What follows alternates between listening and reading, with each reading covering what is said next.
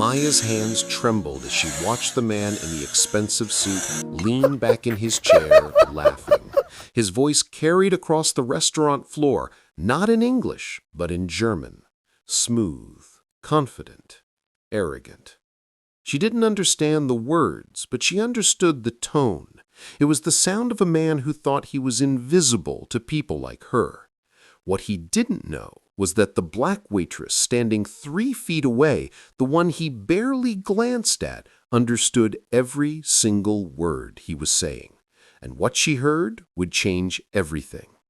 But how did Maya find herself in this moment? How did a brilliant economics scholar end up serving overpriced steaks to billionaires who treated her like furniture? And what would she do when she finally had the chance to speak? This is a story about power, dignity, and one woman's refusal to stay silent. If you've ever felt invisible, this story is for you. Hit that subscribe button and ring the notification bell because you're about to witness something incredible. Now, let's go back to where it all began. The smell of expensive cologne mixed with truffle oil hung in the air of the Golden Table, Manhattan's most exclusive restaurant.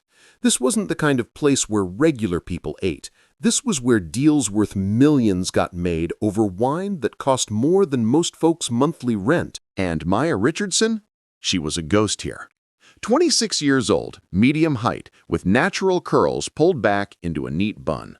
Maya moved through the dining room like water. Smooth, quiet, invisible. She'd learned the choreography by heart. Pour water before the guest noticed their glass was empty. Remove plates the moment a fork touched porcelain. Smile, but not too much. Speak, but only when spoken to. Be invisible. That's what survival looked like at the Golden Table. Maya had been working there for 3 years. 3 long years of swallowing her pride, biting her tongue, and pretending she didn't notice the way some guests looked right through her, or worse, the way they looked at her, like she was something to be studied, questioned, doubted. "Where did you learn to speak such good English?" one regular had asked her once, his eyebrows raised in surprise. Maya had smiled politely. "Boston," she'd said, not mentioning her bachelor's degree from MIT, or the fact that she'd been accepted into a PhD program in Germany before her world fell apart. That was 3 years ago. 3 years since her father, Dr. James Richardson, had his stroke. 3 years since everything changed. Let me take you back, because you need to understand who Maya really was before the Golden Table became her prison. Dr. James Richardson wasn't just any scientist. He was a genius, a black biochemist who'd built something incredible, a company called Richardson Water Solutions. His invention? A water filtration system so efficient, so affordable, that it could bring clean drinking water to millions of people in underserved communities. Maya's mother, Sharon Richardson, was a nurse who'd met James at a medical conference. She'd fallen in love with his passion, his brilliance, and his vision of using science to help people who'd been forgotten. Maya grew up watching her father work late into the night, explaining complex chemical reactions while cooking Sunday dinner, turning everything into a teaching moment. By the time Maya was 16, she could discuss molecular structures and economic policy with equal ease. "Baby girl," her father used to say, "education is the one thing nobody can ever take from you. You put knowledge in your head, and it's yours forever." Maya took those words seriously. She'd graduated from MIT at 21 with a degree in economics. Then she'd done something unexpected. She'd moved to Germany to pursue her PhD at the University of Heidelberg. Her dissertation focused on how clean water access affected economic development in poor communities. It was her father's work that inspired her research. In Germany, Maya thrived. She learned to speak German fluently, not from an app, but from living there, studying there, debating economic theory with professors late into the night. She made friends. She built a life. And then the phone call came. Maya was in the university library when her phone buzzed. It was 3 a.m. in Boston. Her stomach dropped before she even answered. "Maya?" Her voice was thick with tears. "It's your father. He's had a stroke." The next 48 hours were a blur. Packing, flight, Hospital. The smell of disinfectant that burned her nose and made her eyes water. Her father lay in the hospital bed, half his face slack, unable to move, but his eyes were weak, aware, trapped in a body that wouldn't obey him anymore. "Dad?" Maya whispered, taking his hand. He squeezed her hand. It was the only thing he could do, but that squeeze said everything. "Don't leave me. Don't give up on me. Stay." The doctors talked about long-term care facilities, physical therapy, medications that cost more per month than most people made in 3 years. Maya's mother looked older than Maya had ever seen her, exhausted from working double shifts as a nurse while trying to care for her husband. "How did this happen?" Maya asked the neurologist. "He was healthy. He exercised. He ate right." The doctor hesitated. "Strokes can be triggered by extreme stress. Has your father been under unusual pressure recently?" That's when Maya learned the truth. Richardson Water Solutions had been targeted. A powerful investment firm called Blackwell Capital, run by a ruthless businessman named Grant Blackwell, had set their sights on her father's company. They'd started friendly, offering partnership, investment, support, but when Dr. Richardson refused to sell, things turned dark. Suddenly, reports started appearing questioning the safety of his water filtration technology. Anonymous sources claimed the system would fail within 5 years. Investors got nervous. Funding dried up. Banks called in loans. It was all lies. Manufactured panic designed to tank the company's value. And then Blackwell Capital swooped in with a final offer. Buy the company for pennies on the dollar or watch it collapse entirely. Dr. Richardson had been forced to sign, and 1 week later, his body gave out under the weight of that betrayal. Maya stood in the hospital parking lot, phone pressed to her ear, talking to her PhD advisor in Germany. "I have to come home," she said. "My family needs me." "Maya, you're so close to finishing. Just 1 more year." "I can't," she interrupted, her voice cracked. "I can't be an ocean away while my father needs care, while my mother works herself to death trying to pay for it." There was a long silence on the other end. Finally, her advisor spoke gently. "I understand, but Maya, what will you do?" What would she do? She couldn't finish her PhD, her father's company was gone, the family savings were drained by medical bills. Her mother needed help. Maya did the math. Long-term care facilities cost thousands per month. Medications, physical therapy, specialized equipment, it all added up to a mountain of debt that kept growing. She needed money. Fast money. Steady money. That's how she ended up at the golden table. High-end restaurants paid well, especially in tips. 1 good night could equal a week's pay anywhere else. So Maya packed away her academic papers, put her German language skills in storage, and learned a new vocabulary. "Good evening. May I start you with sparkling water? The chef recommends the Dover sole with lemon butter." "Right away, sir." She became a ghost, invisible, just another black waitress in a sea of white tablecloths and crystal chandeliers. But here's the thing about being invisible. Sometimes people forget you can see them too. 3 years passed like water through a drain, fast and relentless. Maya's life became a brutal routine. Mornings at the care facility with her father, helping him with physical therapy exercises, reading to him from the economics textbooks she couldn't bear to throw away. Afternoons catching a few hours of sleep. Evenings at the golden table, moving through the dining room with practiced grace. Late nights on the subway, exhausted, counting tips in her head, calculating how many more shifts she needed to cover next month's expenses. Then home to her tiny studio apartment in Queens, collapsing into bed at 2 a.m., waking up at 8 a.m., to do it all again. Some nights, Maya would take out her old economics textbooks and read them like some people read the Bible, looking for hope, for meaning, for a reminder that her mind hadn't gone completely numb. She'd whispered German words to herself in the dark. Der Goldfisch, dis Goldfisches. She'd laugh at the absurdity, conjugating German nouns in a cramped New York apartment at 2 in the morning while her father lay in a care facility across town. But it kept her sharp. It reminded her of who she used to be. At the golden table, Maya became known for her precision. She could tell the difference between a guest tapping their teacup, they wanted lemon, or shifting their chair back slightly, they were about to stand and would need their coat. She could describe the difference between the pan-seared scallops and the butter-poached lobster in 3 languages. Not that anyone asked. Most guests didn't really see her. She was part of the scenery, like the marble statue in the corner or the crystal chandelier overhead. The manager, Richard Dubois, was one of the few who treated the staff like actual human beings. Silver-haired, sharp-eyed, Richard ran the golden table with an iron fist wrapped in velvet. He demanded perfection, but he also had his staff's backs. "Maya," he told her once, "I won't tolerate guests disrespecting my people. You ever feel unsafe, you come get me. Understood?" She'd nodded, grateful. But most nights passed without incident. Pour wine, serve food, clear plates, smile, collect tips, go home, repeat. Until the night Grant Blackwell walked through the door. It was a Thursday night in October. The restaurant was fully booked, every table filled with Manhattan's elite. Maya was assigned to the VIP section, the corner where the real power players sat. At exactly 8 p.m., the front door opened. Richard straightened immediately, like a soldier snapping to attention.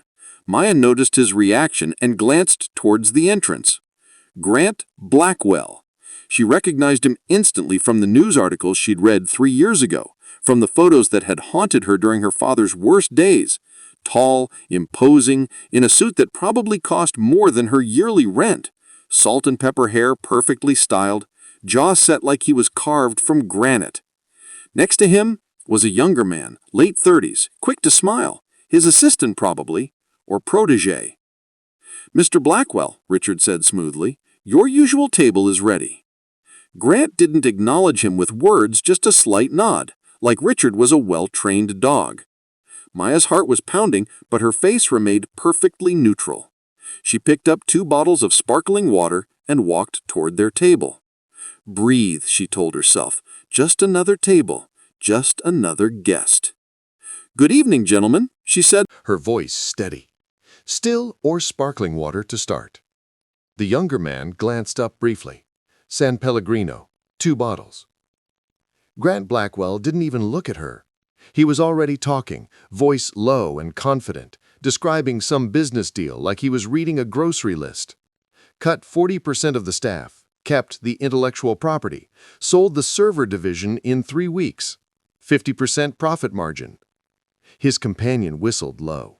Beautiful execution. Maya set down the water bottles and menus with practiced precision. "Tonight we have wild mushroom risotto with white truffle and Dover sole prepared tableside. I'm Maya, and I'll be taking care of you this evening." Grant's eyes flicked up to her face for exactly half a second. Not long enough to remember her, just long enough to register that she existed. Then he went back to his conversation. Maya stepped away, her hands steady, her expression unchanged. But inside, something was starting to burn. Maya returned to their table with a breadbasket. As she approached, she heard the language at the table change. German. Her steps didn't falter, but every nerve in her body went on high alert. Grant was speaking German to his companion now, voice lowered, clearly believing they were having a private conversation in a language the staff wouldn't understand. Maya gave no sign that she understood. She set down the bread, offered a small smile, and walked away as if oblivious. But she'd heard every word. They were talking about a deal, something about a tech company, panicking investors, and swooping in to buy at a fraction of the value. Grant's voice had that satisfied edge to it, like a cat that had just caught a particularly fat mouse. Maya's German was perfect, not textbook perfect, but fluent native speaker perfect. She'd lived in Heidelberg for 3 years. She'd debated economic policy with PhD students in campus bars. She'd read Rilke's poetry and argued about German philosophy at 2 a.m. But these men didn't know that. To them, she was just another waitress, another piece of furniture. When Maya returned to take their order, Grant barely glanced at the menu. Oysters Rockefeller, steak tartare, 2 bone-in ribeyes, medium rare, and a bottle of the 2005 Petrus. Don't bother with the tasting. Maya wrote it down. The Petrus alone cost $4,000. She tried not to think about how many months of her father's care that single bottle of wine could cover. "Excellent choice," she said smoothly. "I'll have that right out." As she walked toward the wine cellar, Grant and his companion switched back to German, and that's when Maya heard the name that made her blood run cold. "Project North Star," Grant said in German, his tone casual. "That was a masterpiece." Maya's hand froze on the wine cellar door handle. North Star. She knew that name. She'd seen it in documents 3 years ago, mentioned in hushed phone calls her father had taken, written on torn memos she'd found in his office after the stroke. She forced herself to keep moving, to keep breathing, to get the wine. "Don't react," she told herself. "Not yet." Back at the table, Maya decanted the Petrus with steady hands. The wine flowed from bottle to decanter like blood, dark and rich. Grant and his companion continued their conversation in German, completely unguarded now.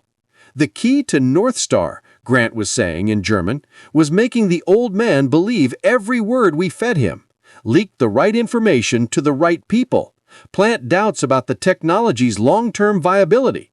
By the time we offered to buy, they were desperate. His companion, whose name Maya now knew was Evan Parker, chuckled. That technical report was genius. Nobody questioned it. "Why would they?" Grant said. "We had Dr. Peterson's signature on it. A respected scientist saying the technology would fail within 5 years, never mind that it was complete fiction." Maya's hands didn't shake. Years of training kept her movements smooth and professional, but inside, her heart was hammering so hard she thought it might crack her ribs. Dr. Peterson. She knew that name too. He'd been her father's colleague once, before Blackwell Capital got to him. "The best part," Evan continued in German, "was watching the old man try to argue on scientific ethics, like ethics pay the bills." Both men laughed. Grant's eyes slid toward Maya as she poured his wine. "Look at her standing there," he said in German, his tone dripping with contempt. "Probably thinking about tip money for rent. These people are like furniture. They hear nothing, understand nothing, remember nothing." Evan raised his glass. "To goldfish brains," he said in German, and they both laughed again. Maya finished pouring, stepped back the regulation distance, and stood with her hands folded, face completely neutral. Inside, something fundamental was shifting. For 3 years, she'd been invisible. For 3 years, she'd swallowed every indignity, every slight, every moment of being treated like she was less than human. She'd done it for her father, for her mother, for survival. But this was different. These men had destroyed her father. They'd stolen his life's work with lies and manipulation. They'd triggered the stroke that left him unable to speak, unable to walk, unable to live the life he'd built. And now they sat here, drinking $4,000 wine, laughing about it in German because they thought she was too stupid to understand. Something her father used to say echoed in her mind. "Baby girl, sometimes the most powerful thing you can do is speak the truth when everyone expects you to stay silent." Maya took a slow, deep breath. She thought about her father lying in that care facility, fighting every day to regain movement in his fingers. She thought about her mother, exhausted from working double shifts. She thought about the dissertation she'd abandoned, the life she'd given up, the 3 years she'd spent being invisible. And then she thought about German grammar, specifically about how people who use a language to show off often make small mistakes. Grant Blackwell had said Gehirn eines Goldfisch, brain of a goldfish, but the genitive form was wrong. It should have been Gehirn des Goldfisch.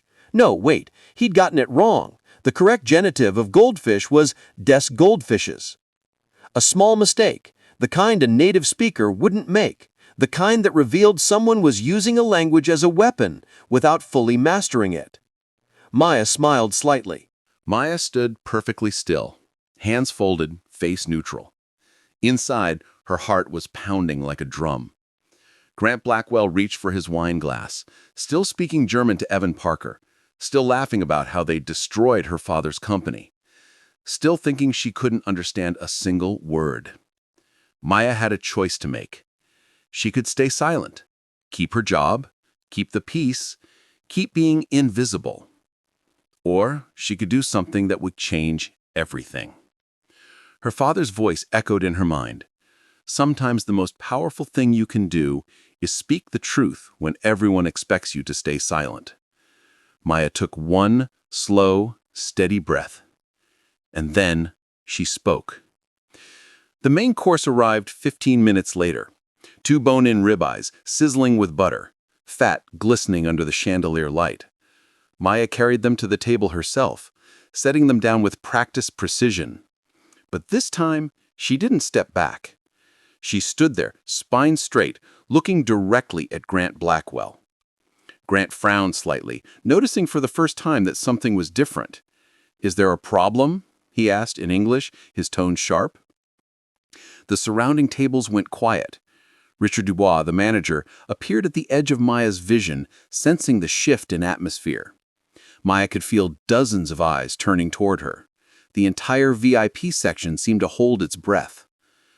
This was it, the moment that would change everything. Maya opened her mouth and spoke, not in English, but in perfect, flawless German. "Mr. Blackwell," she said, her voice steady and clear, "there is indeed a problem." Grant's fork stopped halfway to his mouth. Evan Parker choked on his wine, coughing so hard his face turned red. The power in the room shifted like a tectonic plate sliding into a new position. Maya didn't switch to English. She stayed in German, forcing them onto her territory now. "First," she continued in German, "a small correction. You said Gehirn eines Goldfisches, but the correct genitive form is des Goldfisches. If you're going to use a language to assert superiority, you should at least master the basics." You could have heard a pin drop. Grant Blackwell, a man who controlled millions of dollars, who had never been challenged in his life, sat there with his mouth slightly open, his face going from red to purple. The nearby tables had stopped eating. They might not have understood German, but they understood this. The waitress had just put the billionaire in his place. "Who the hell do you think you are?" Grant sputtered, finally finding his voice. He switched to English, trying to reclaim control.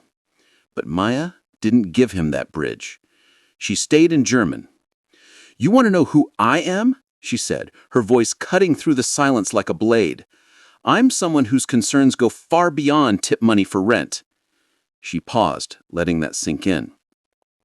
"I'm someone who graduated at the top of her class from MIT. Someone who studied economics at the University of Heidelberg.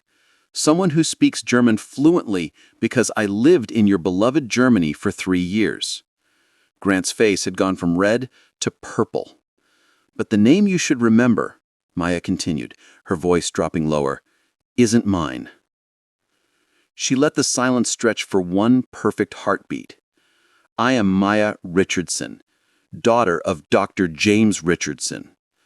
The recognition hit Grant's face like a physical blow. He actually recoiled in his chair. "Richardson Water Solutions," Maya said clearly, still in German. "Project North Star. Does that ring any bells, Mr. Blackwell?" Evan Parker looked like he wanted to sink through the floor. He started, but the sentence died before it was born. Maya wasn't done. "You talked about North Star like it was some brilliant business move. Let me translate what it really was." Her voice was calm, professional, like she was presenting an academic paper. "North Star was a campaign of manufactured panic. You deliberately leaked false information. You paid Dr. Mark Peterson to sign a fake technical report claiming my father's technology would fail within 5 years. You spread lies until investors panicked and pulled their funding." She took a step closer to the table. "And when my father had no choice left, when he was forced to sign away his life's work for nothing, the stress triggered a massive stroke. 1 week after signing those papers, Mr. Blackwell. 1 week." Her voice cracked slightly on those last 2 words, but she pushed through. "My father is in a long-term care facility now. He can't speak, he can barely move his right side, but his mind is still sharp. He knows what you did to him." Maya looked at the bottle of Petrus on the table. "That wine you're drinking," she said softly, Do you know how many months of my father's medical care it could cover? Do you have any idea what it costs to keep a stroke victim alive with dignity? Grant Blackwell shot to his feet. His chair scraped back so hard it carved a line across the polished floor. "You're fired!" he roared, his face twisted with rage. He looked around wildly for Richard Dubois. "Your employee just—" "My employee," Richard interrupted smoothly, stepping forward, "just stood up for herself after being disrespected by a guest. In my establishment, Mr. Blackwell, I don't allow guests to abuse my staff." The entire restaurant was watching now. Forks hung in midair. Conversations had stopped. Even the kitchen had gone quiet. Richard's voice was firm. "Perhaps it's time for you to leave." Grant looked around the room, seeing all those eyes watching him, judging him. Powerful people who now knew what he'd done, who just watched him get taken apart by a waitress speaking better German than he did. For a man like Grant Blackwell, there's nothing worse than public humiliation. "This isn't over," he snarled at Maya. She reached for the leather check presenter and placed it on the table beside his untouched ribeye. "Your check, Mr. Blackwell," she said in English now, her voice perfectly professional, "including the Petrus." It was the ultimate power move, presenting him with a $5,000 bill after destroying his dignity. Grant threw a wad of crumpled cash on the table, grabbed his coat, and stormed toward the door. Evan Parker followed behind him like a kicked dog. The restaurant doors swung shut behind them. For 2 heartbeats, there was absolute silence. And then, someone started clapping. It was soft at first, a woman at a nearby table. Then another person joined in, then another. Within seconds, the entire VIP section was applauding. Not loud or dramatic. This was the golden table after all. But the message was clear. They'd just witnessed something extraordinary. Maya stood there, her armor finally cracking, tears she'd held back for 3 years suddenly burning in her eyes. Richard put a gentle hand on her shoulder. "Go to the kitchen," he said quietly. "Take a moment. You're not fired. You're not in trouble. Go." Maya nodded and walked toward the kitchen on legs that felt like water. The moment the kitchen door swung shut behind her, everything she'd been holding in finally broke free. Maya leaned against the cool stainless steel counter, her body shaking. Chef Antoine, the head chef, wordlessly handed her a glass of water. "Drink," he said simply. She drank, the cold water shocking her system back to steadiness. Richard appeared a moment later, giving her space but staying close enough to offer support. "You okay?" Maya nodded, not trusting her voice yet. "You're not getting fired," Richard said firmly. "I meant what I said out there. Nobody treats my people like that, not in my restaurant." "He's going to make trouble," Maya said finally, her voice hoarse. Richard shrugged. "Let him try. I've dealt with bigger problems than Grant Blackwell's wounded ego." The other kitchen staff and waiters had started to gather at the edges of the room, not crowding her, but not leaving her alone either. In a place where people usually had to fend for themselves, having the team stand with you meant everything. "What you did out there," Chef Antoine said quietly, "that took guts. Real guts." Maya managed a weak smile, or real stupidity. "Haven't decided which yet." "Both," Richard said with a slight smile. "The best moments usually are. Go ahead and take the rest of the night off. I'll handle everything here." Maya changed out of her uniform in the staff locker room, her hands still trembling slightly. In her locker, her old economics textbook sat like a faithful friend. She ran her fingers over the cover, remembering the person she used to be. Maybe, she thought, she was finding her way back to that person. What Maya didn't know was that someone else had been paying attention that night. Evelyn Shaw sat at a corner table, her phone in her lap, heart racing. Evelyn was an investigative reporter for the New York Chronicle. She'd been at the Golden Table meeting a source for a completely different story. But she just witnessed something much bigger. Evelyn didn't speak German, but she'd watched the entire confrontation. She'd seen Grant Blackwell's face change color. She'd seen the waitress speak with calm authority while a billionaire lost his composure. She'd seen a man who was used to controlling every room he entered get completely dismantled. And she'd recorded the whole thing on her phone. Not the German conversation, she'd only arrived for the end, but the explosive finish. The fired threat, Richard defending his employee, the check being presented, the stormed exit. Evelyn had reported on power dynamics for 15 years. She knew what she'd just seen. Power changing hands in real time. She didn't leave right away. Instead, she spoke quietly with two diners at a nearby table. A middle-aged couple who looked like they read the Financial Times every morning and donated to museum galas. Did you understand what they were saying? The German part? The woman leaned forward, her eyes bright. Some of it. I studied in Berlin for a semester. I caught phrases like North Star, Schmidt, or was it Richardson? Something about a technical report and a board seat. The man added, the waitress corrected his grammar. That was savage. You don't correct someone's German unless you're absolutely fluent. Evelyn made mental notes, her reporter's instinct firing on all cylinders. At the host stand, she handed her business card to the receptionist. If the manager needs to reach me, I'm here. The receptionist, a young woman named Carmen, took the card without making promises. The golden table didn't like the press, but she nodded, a small gesture that cracked the door open just enough. Outside, Evelyn stood on the Manhattan sidewalk, the sounds of the city rushing around her. She pulled out her phone and reviewed her recording, making quick notes. Waitress speaks German. Names mentioned. North Star, Richardson or Schmidt, Peterson. Billionaire Grant Blackwell. Associate Evan Parker. Manager defended employee. She texted her editor. Got a story. Big one. The billionaire and the waitress. The reply came back within seconds. Write it. We run it tomorrow morning. Evelyn went straight to the newsroom. Back at the Chronicle offices, Evelyn started with public records. Grant Blackwell, Blackwell Capital, a history of aggressive takeovers and restructuring deals. Criticism for slashing jobs and extracting maximum profit. She moved to business databases. Richardson water filtration technology.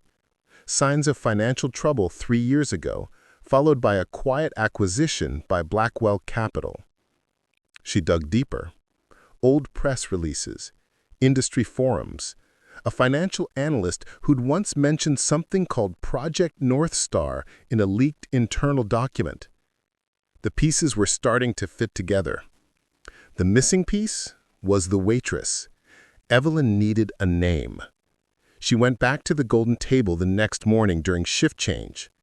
Carmen, the receptionist, recognized her. I can't give you official information, Carmen said quietly, but her name is Maya. That's all I can tell you. Maya. That was enough for a starting point. The Chronicle's research team went to work. Within an hour, they had 3 possible matches for servers named Maya working at high-end Manhattan restaurants. One match stood out. Maya Richardson, daughter of Dr. James Richardson, founder of Richardson Water Filtration Technology. Evelyn felt her pulse quicken. This wasn't just a story about a confrontation in a restaurant. This was about something much bigger. She drafted an email to Maya, keeping it brief and respectful. Miss Richardson, I'm Evelyn Shaw, a reporter with the New York Chronicle. I was at the Golden Table last night. I'm writing about what happened, and I want to make sure your side of the story is told fairly. If you want to talk, I'm here. If not, I'll do my best to honor your privacy while reporting the truth. She hit send and waited.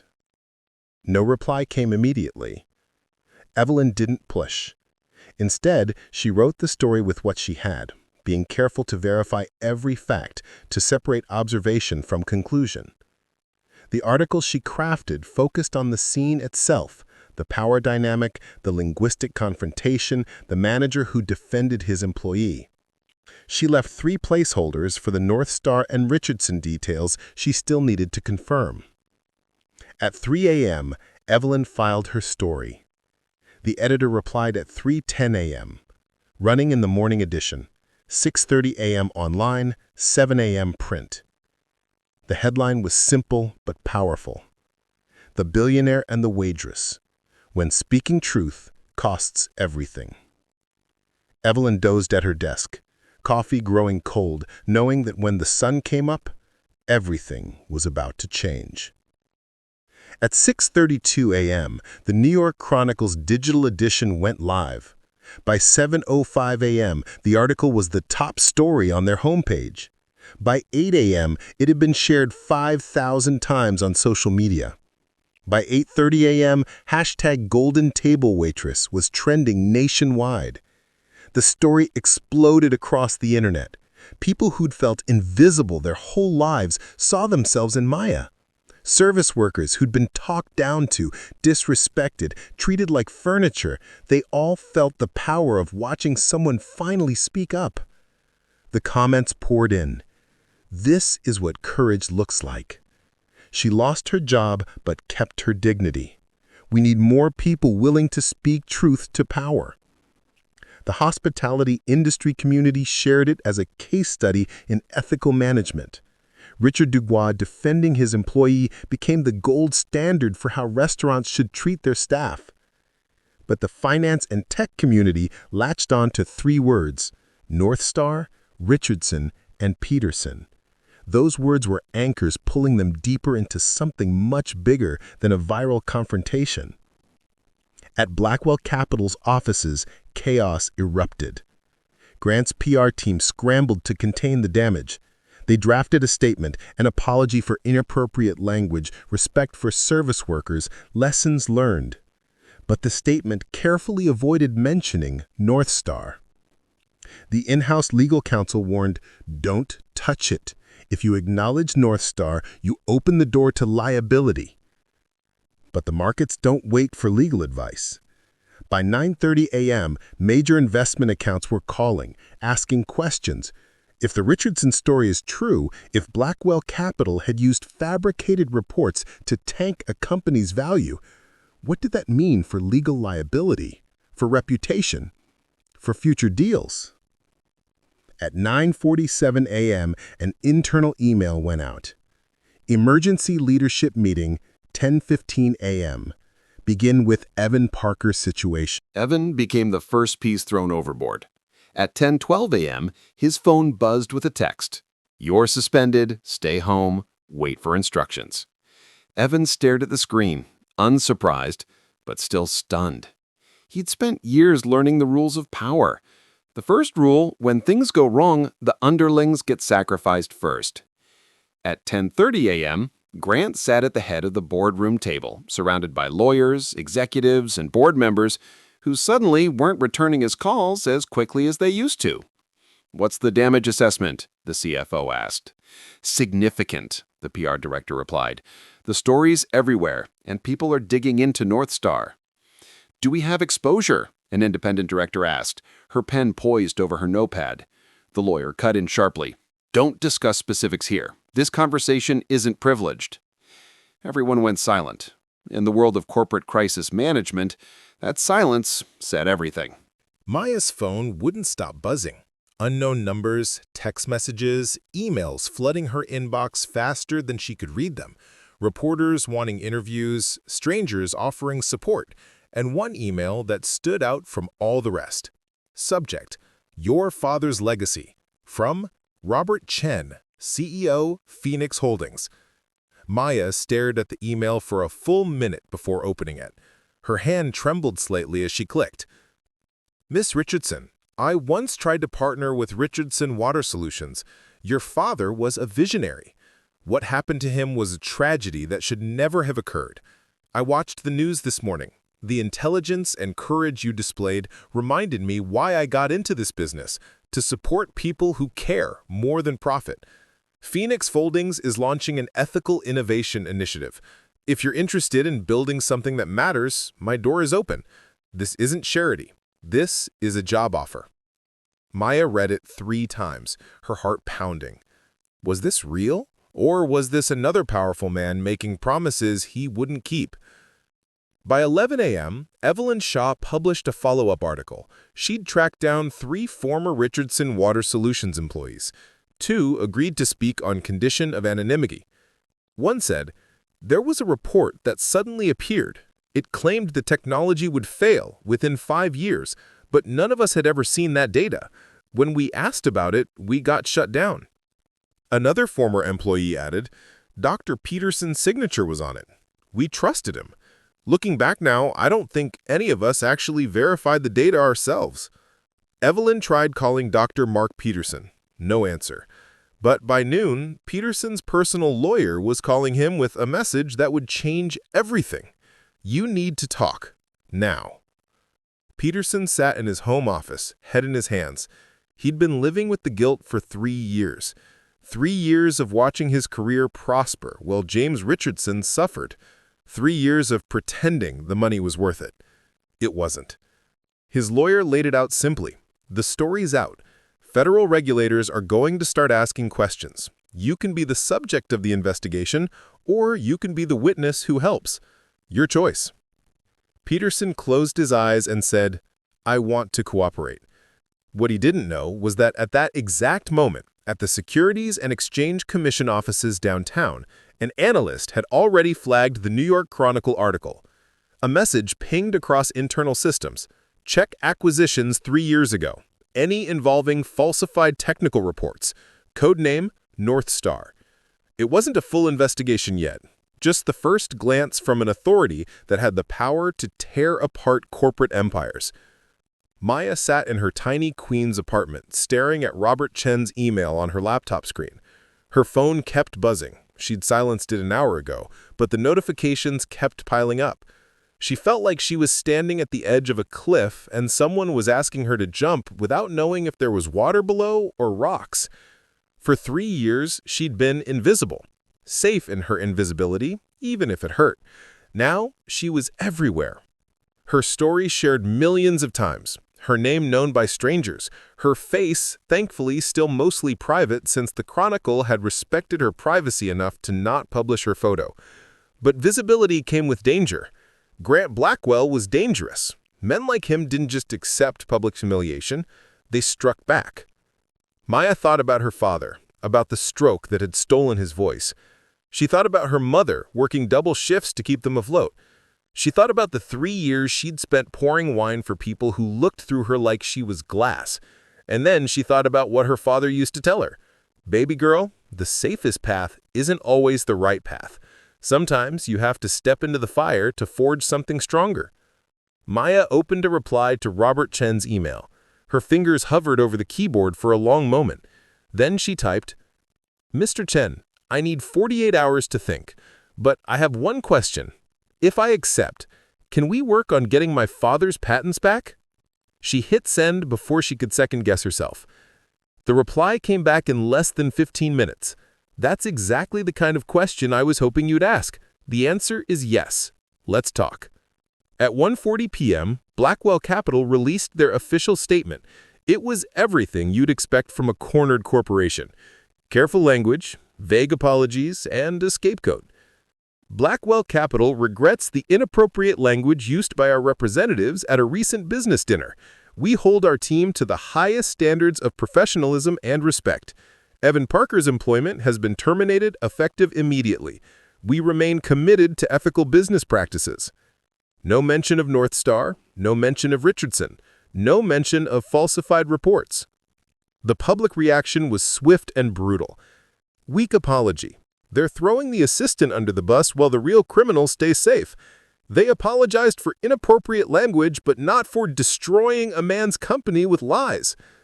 Notice what they didn't say. Grant Blackwell had made a critical mistake. He'd tried to control the narrative the way he'd always had, with money, lawyers, and carefully worded statements. But this time, the narrative was being written by millions of people who'd spent their lives being invisible, just like Maya. and they weren't buying it. By 2 p.m., several major investment firms quietly began reviewing their partnerships with Blackwell Capital. In the world of high finance, reputation isn't everything, but it's close, and Grant's reputation was burning. 2 days later, Maya walked into Phoenix Holdings' offices in Midtown.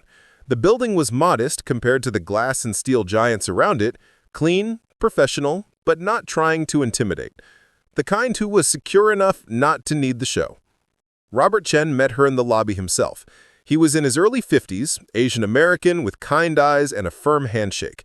Not the kind of power player who needed to prove he was important. The kind who was secure enough not to need the show. "Miss Richardson," he said warmly, "thank you for coming." He didn't start by asking about the Golden Table incident. He didn't treat her like a viral sensation or a curiosity. Instead, he asked about her unfinished dissertation from Heidelberg. "You were studying the economic impact of clean water access on labor productivity in underserved communities," Robert said, pulling up her old research proposal on his tablet. "This framework you built, measuring value beyond profit margins, this is exactly the kind of thinking we need." Maya felt something unfamiliar, being seen for her mind, not her moment of viral fame. Robert laid out his vision for the Ethical Innovation Initiative.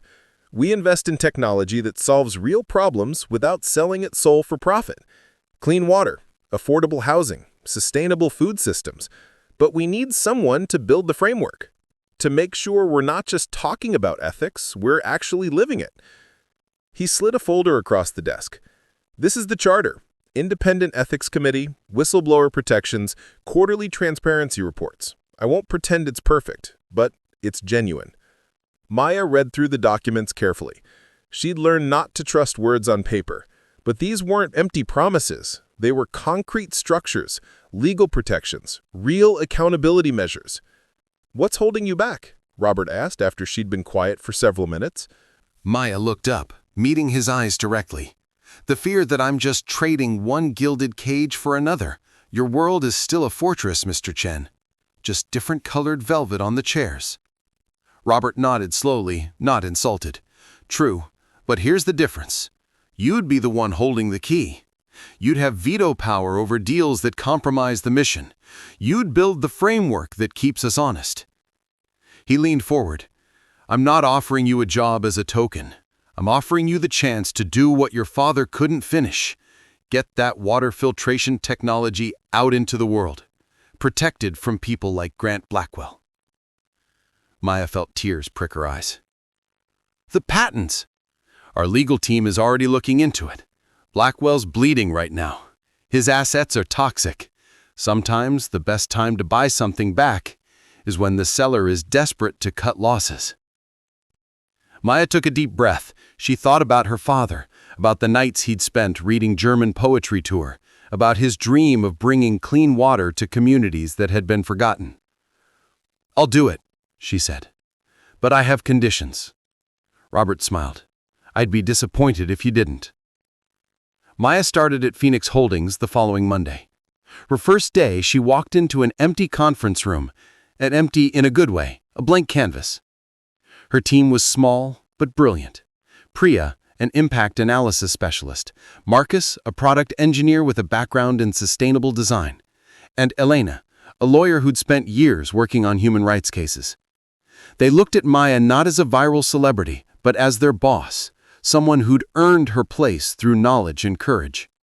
Maya hung a whiteboard chart on the wall. Ethical flow design. 1. Mission verification. 2. Technical due diligence. 3. Impact modeling. 4. Ethical criteria check. People, environment, transparency. 5. Capital structure, protecting the mission. 6. Responsible exit planning. Their first project? Vivian Dynamics. 2 young engineers had developed a biodegradable polymer to replace single-use plastics. The financials were shaky, the pitch deck rough, but the science was solid. Marcus tested the lab samples. Priya calculated waste reduction in pilot regions. Elena reviewed supply chains to ensure no labor exploitation. Maya's conclusion? Conditional investment. Mission clause in company charter. No sale of more than 25% to any fund not committed to ethical and social governance standards. Robert signed off immediately. Meanwhile, Phoenix's legal team began a different kind of chess game, tracing the water filtration patents. Part of the intellectual property was held by a shell company under Blackwell Capital. The rest was pledged to a bank as collateral. But Blackwell was hemorrhaging. Markets don't forgive reputational damage easily. Investors were pulling out. Assets that had once seemed valuable now felt radioactive. Elena drafted an offer. Buy back the patents at a fraction of their value. Cash payment immediate. No admission of liability clause included. Sometimes achieving an ethical goal meant speaking the language of pragmatism. The bank responded within 48 hours. Accepted. 3 weeks after Maya's confrontation at the Golden Table, Dr. Mark Peterson sat in a conference room with federal investigators. He'd made his choice: cooperate or go down with the ship. Project North Star, he began, his voice heavy with shame, was designed to manufacture panic around Richardson Water Solutions. Grant Blackwell approached me 2 months before the acquisition. He offered me a board position at one of his portfolio companies and a significant consulting contract. In exchange for? In exchange for signing a long-term technical assessment that claimed Richardson's water filtration technology would fail within 5 years. The report was fiction. None of the data was real, but my signature gave it credibility. Pedersen's hands trembled. Dr. Richardson trusted me. We'd published papers together. When investors saw my name on that report, they believed it. The company's value collapsed within 2 weeks. And Grant Blackwell acquired the company? For almost nothing. Maybe 15% of its actual value. The investigator looked up. Are you willing to testify to this under oath? Pedersen nodded. Yes. I can't undo what I did, but I can tell the truth now. The news leaked by the end of the day, not from Pedersen or the investigators, but from someone in the building who recognized the implications. Evelyn Shaw's phone rang at 6 p.m.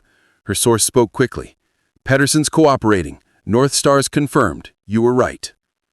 Evelyn's next article ran that night. Key witness confirms Blackwell Capital used falsified reports to tank Richardson Water Solutions. The markets opened the next morning with Blackwell Capital in freefall. Grant Blackwell's empire didn't collapse overnight. Empires never do.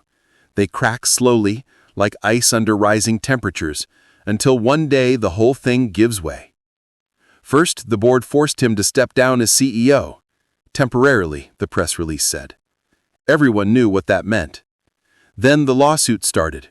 Former business partners, investors, even some of his own executives trying to distance themselves from the sinking ship. The Securities and Exchange Commission opened a formal investigation into multiple acquisitions over the past decade, looking for patterns of manipulation and fraud. Evan Parker, the assistant who had been thrown overboard first, sat in his apartment watching the news coverage. Part of him felt vindicated. Grant was finally facing consequences. Part of him felt hollow. He'd been complicit. He'd laughed at those jokes in German, thinking he was untouchable. His phone buzzed. An email from an address he didn't recognize. The Water Commons Coalition is hiring supply chain coordinators. Not glamorous, low pay, real impact. If you're serious about starting over, here's the contact info. It wasn't signed, but Evan knew who'd sent it. He stared at the email for a long time before finally hitting reply. Thank you. I'll apply. 6 weeks after Maya's first day at Phoenix Holdings, Elena walked into her office with a smile. It's done, she said, placing a folder on Maya's desk. The patents are ours. Maya opened the folder with shaking hands. There it was, the intellectual property transfer agreement. Richardson's water filtration technology, now owned by Phoenix Holdings. But Maya had insisted on one more step. The trust? She asked. Elena nodded. Registered this morning. The Schmidt Water Trust, named after your father's middle name. Public trust with open licensing for nonprofit serving low-income communities. Any revenue generated gets reinvested in training local technicians. Maya felt tears sliding down her cheeks. He would have loved this. That weekend, Maya visited her father at the care facility. He was sitting in his wheelchair by the window, watching birds at the feeder outside. His right side was still weak, his speech still difficult, but his eyes were alert. "Hi, Dad," Maya said, pulling up a chair beside him. She took his hand, the left one, the stronger one, and told him everything. About the golden table, about Robert Chen, about the patents coming home. "Your technology is going back out into the world," she said softly. "But this time it's protected. No one can steal it, no one can use it to get rich while people go thirsty." Her father's eyes filled with tears. He squeezed her hand hard, harder than the doctors thought he could. "Proud," he managed to say, the word coming out rough but clear. "So proud." Maya laid her head on his shoulder and cried. 3 months later, the first pilot project launched, Clear Start 01. The domestic pilot targeted a coastal county in North Carolina that had been hit hard by hurricane season. The water system was unreliable, contaminated in several areas, and the local government didn't have funding for major infrastructure upgrades. Phoenix Holdings partnered with the county health department, not as saviors swooping in, but as engineers working alongside the community. At Riverside Elementary School, 10 new filtration units were installed. Priya worked with the local clinic to track gastrointestinal illness rates over 6 months. She wasn't looking for miracles overnight. She wanted steady data, not headlines. In Kofi Village, West Africa, Maya traveled there herself with Marcus and Elena. They met with the local technicians, Ama, Kwame, and Yao. The training wasn't complicated corporate speak, it was practical. How often to backwash the system, how to monitor water quality without expensive sensors, how to maintain the equipment with locally available parts. When the first tap ran clear, Maya stepped back. She let Ama open the valve. She let Kwame check the flow. She let Yao sign the operation log. Children laughed and played nearby. The adults remained cautious. They'd seen too many promises dissolve like foam. "The data will answer," Priya said quietly to Maya. Maya nodded. "And ownership will keep it here." The news coverage was modest. A small item in the local paper, then a national outlet picked it up. Trust licenses clean water technology under open terms. No photo of Maya, no dramatic narrative, just the work speaking for itself. Exactly 6 months after the night of the confrontation, Maya made a reservation at the Golden Table, her first time entering through the front doors as a guest. Richard Dubois greeted her personally, his warm smile genuine. "We've kept the corner table for you." The restaurant was unchanged, burgundy velvet, crystal chandeliers, marble statue in the corner. But to Maya, everything had shifted. It was no longer a fortress keeping her out. It was a space she could choose to enter or leave at will. Her server that night was a young black woman named Jasmine, nervous, eager, clearly new. Maya smiled gently. "I'll have the Dover sole with lemon butter, please. And take your time, you're doing great." Jasmine's shoulders relaxed slightly. "Thank you, ma'am." Dinner was simple. No speeches, no drama, just perfectly cooked fish and the satisfaction of a full-circle moment. Midway through the meal, Maya noticed Richard walking toward her table. He was carrying a small envelope. "Something you left behind that night," he said, placing it on the table. Inside was a note in Chef Antoine's handwriting. "A glass of water for the one who stood in the right place." Maya smiled, tucked the note into her wallet, and looked around the room. At other tables, deals were still being made. Power still flowed through conversations. But Maya was no longer invisible here. She was no longer afraid. When Jasmine brought the check, Maya left a generous tip and a small note. "You did beautifully tonight. Remember, your breath guides your hands guide the floor. Keep going." As she walked out, Maya paused by the marble statue. She'd once wondered what stories it could tell if it could speak. Tonight, she didn't need it to say anything. Her story had already been told, and it was still being written, one clear tap of water at a time. The data from Riverside Elementary came back. Gastrointestinal illness rates among students had dropped by 47% compared to the same period the previous year. Priya didn't celebrate immediately.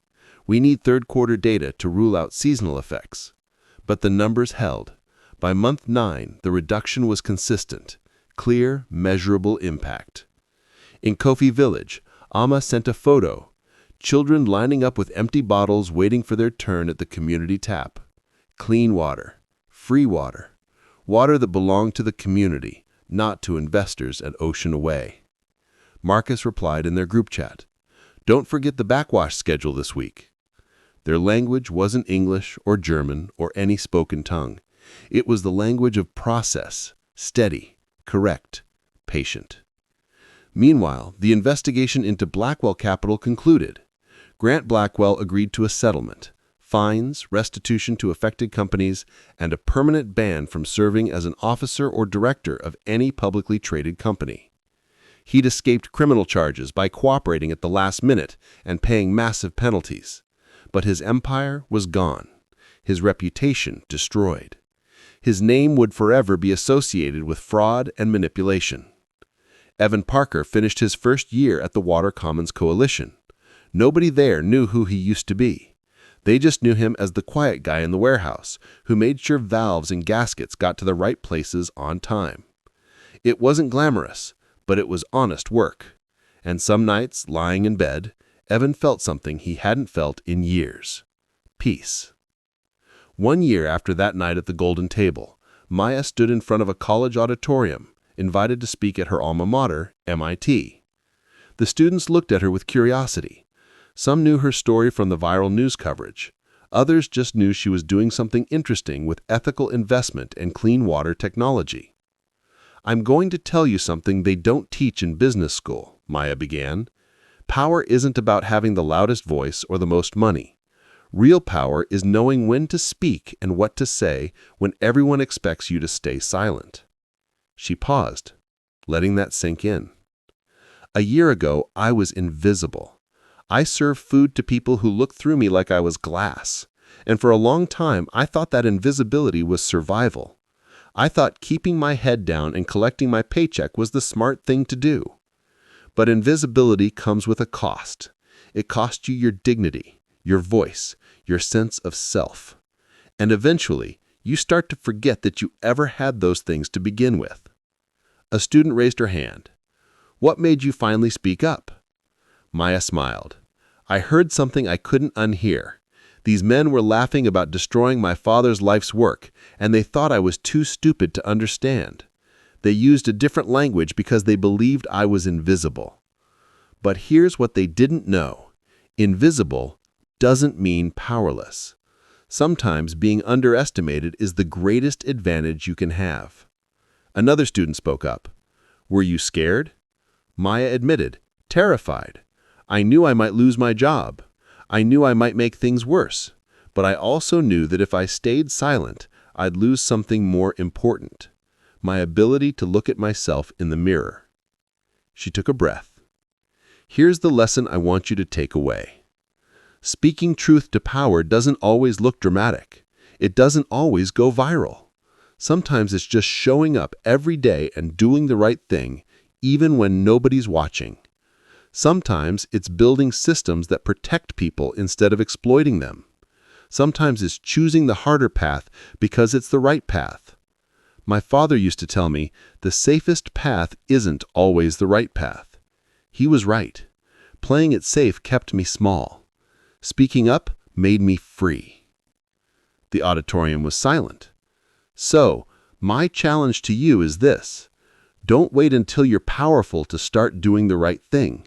Do the right thing, and you'll discover you were powerful all along." The students erupted in applause. After the talk, a young black woman approached Maya. "Thank you," she said quietly. "I'm working as a barista right now to pay for school, and sometimes I feel like I'm invisible too. Your story reminded me that I'm not." Maya squeezed her hand. "You're not invisible. You never were. Some people just need their eyes opened." That night, Maya returned to her apartment, bigger now, in a better neighborhood, but still modest. She sat at her desk and opened her father's old economics textbook. On the inside cover, she wrote a new inscription. "For everyone who has ever felt invisible, you are seen. You matter. Your voice has power. Use it.